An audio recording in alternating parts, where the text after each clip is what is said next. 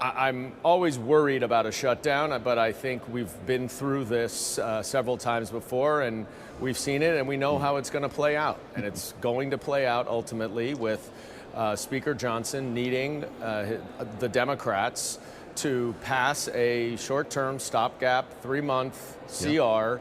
That is exactly what has happened the last couple times that we've been through this brinksmanship. And it's bewildering why he continues to do it again and again and again. It's the definition of insanity to think that something will be different.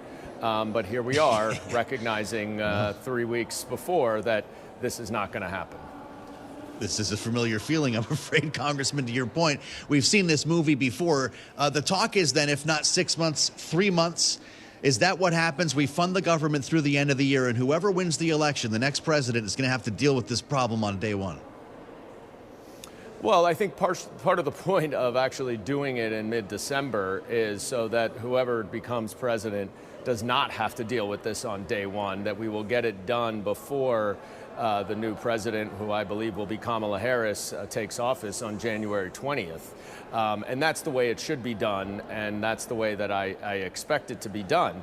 But it just goes to show, Joe, how consistent and continuous the Republicans are in playing games with our government, with our national security, with our veterans, with the things that matter to the American people. And it is political brinksmanship after political brinksmanship.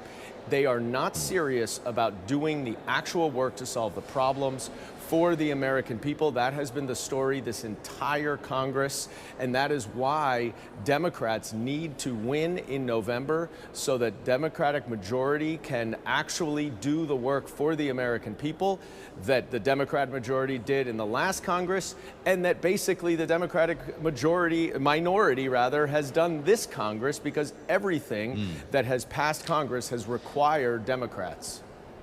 Well, if the idea here is then to do a stopgap through December and then somehow craft a real budget with 12 spending bills in regular order, it would take a Christmas miracle, Congressman. And I would love to be talking to you about that if it gets that far by the end of the year. But I want to ask you about the debate last night. I know you were watching here, and I know the matter of Ukraine is important to you. Our support for the war in Ukraine, knowing that you were the lead counsel in the first impeachment against Donald Trump, which brought us back to the original perfect phone call, as we all remember. Donald Trump said a couple of things last night. If he had been president, this war never would have started. Vladimir Putin never would have invaded Ukraine. He also said if Kamala Harris gets elected, that this is going to take a very different direction. Do you believe that's true, that this war would not have happened with Donald Trump in office?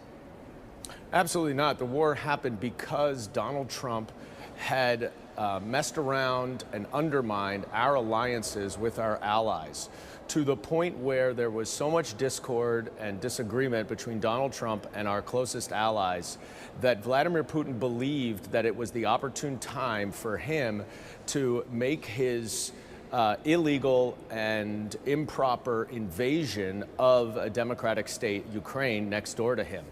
And the reason why Vladimir Putin so desperately wants Donald Trump to be president again, and why he is paying social media, right-wing media, to promote Russian propaganda to help Donald Trump win, is because he knows that he has Donald Trump wrapped around his finger.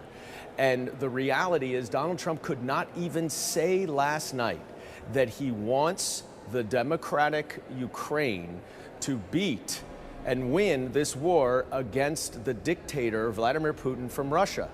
That is all you need to know. This man coddles up to dictators, and he undermines democracy both here at home and abroad. And it's why so many of the national security officials who worked for Donald Trump have said that he is unfit to be president and that they are supporting Kamala Harris. This is a critical issue, and that specific answer was so telling as to who Donald Trump is and what kind of presidency a Trump 2.0 would be. It would be a red carpet for Vladimir Putin to take over Ukraine and expand into Europe. Well, it's interesting because Kamala Harris said last night that if Donald Trump were elected, Vladimir Putin would be sitting in Kyiv right now. But the fact of the matter is, Congressman, we've talked to the president of Poland. President Duda sat here right at the table with us. We had the same conversation with Oksana Markarova, the ambassador of Ukraine to the United States. When we asked them about what a Trump 2.0 would mean for U.S. support for NATO and the war in Ukraine, they both said, hey, Donald Trump gave Ukraine lethal weapons when others would not, and he deserves credit for that. Are they wrong? Well, that is factually correct. But then he withheld those lethal weapons in order to coerce and extort the president of Ukraine to make up a bogus investigation to help Donald Trump's election and his electoral prospects. And so, yes, on the one hand, that's right, but this is the problem with Donald Trump. You can't trust him because when push comes to shove, he will always put his personal interest over the country's. And so he may do something the right way because he doesn't care about it, he's not paying attention to it. But if he finds something that he can do that can help him personally, he will always do that. And that's why he got impeached the first time, is because he illegally withheld essential military and financial support for Ukraine against Russia. And so that's obviously why Vladimir Putin is so eager for Donald Trump to become president again. You know, you saw it, Congressman. Donald Trump was given several occasions last night, several opportunities to say that he wanted Ukraine to win the war. Each time he would simply say he wanted the war to end. How do you interpret that? I interpret it exactly as you did, which is it's one thing if he perhaps doesn't answer the question once, but I believe he was asked 3 times, and he refused to say that he preferred that the democratic, independent, sovereign nation of Ukraine that was invaded by a dictator, Vladimir Putin, would win the war. And then when he talks about in grandiose terms how, and he consistently does this, he would end it on day 1 before he's even president. And you ask him, how are you going to do that? Never once has he provided any information about how he's going to do that. And we all know the reason why. And Vice President Harris said it last night, because he will just allow Vladimir Putin to walk over Ukraine and to take over Kyiv and to take over a democratic nation for the first time since World War II. So you don't have to dig deep to figure out what Donald Trump wants. He makes it very clear. And what he wants is for dictators and strongmen like Viktor Orban, who he bragged about, and Vladimir Putin to be his friends. Those are his models, not democracies like Ukraine. Well, Congressman, you represent New York's 10th district, and this is an awfully important day here, this 11th of September, for the people in your district, for you, for the people of New York City, for everyone who's listening and watching this right now. I was struck this morning to see the images from Lower Manhattan in this memorial service that we've grown so used to every year, to see Joe Biden, Kamala Harris, Donald Trump, all standing together to pay tribute. What does that tell us about the significance of this day? Well, it tells us many things. First of all, this was the anniversary of the worst terrorist attack against the United States on U.S. soil in history.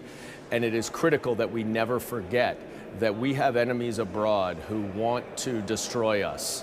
And that still remains the case. It's also a time to appreciate and remember all of the first responders who so bravely went into ground zero, into the towers first, and then cleaned off the pile, many, many thousands of whom are now suffering from mental health consequences, or rather health consequences.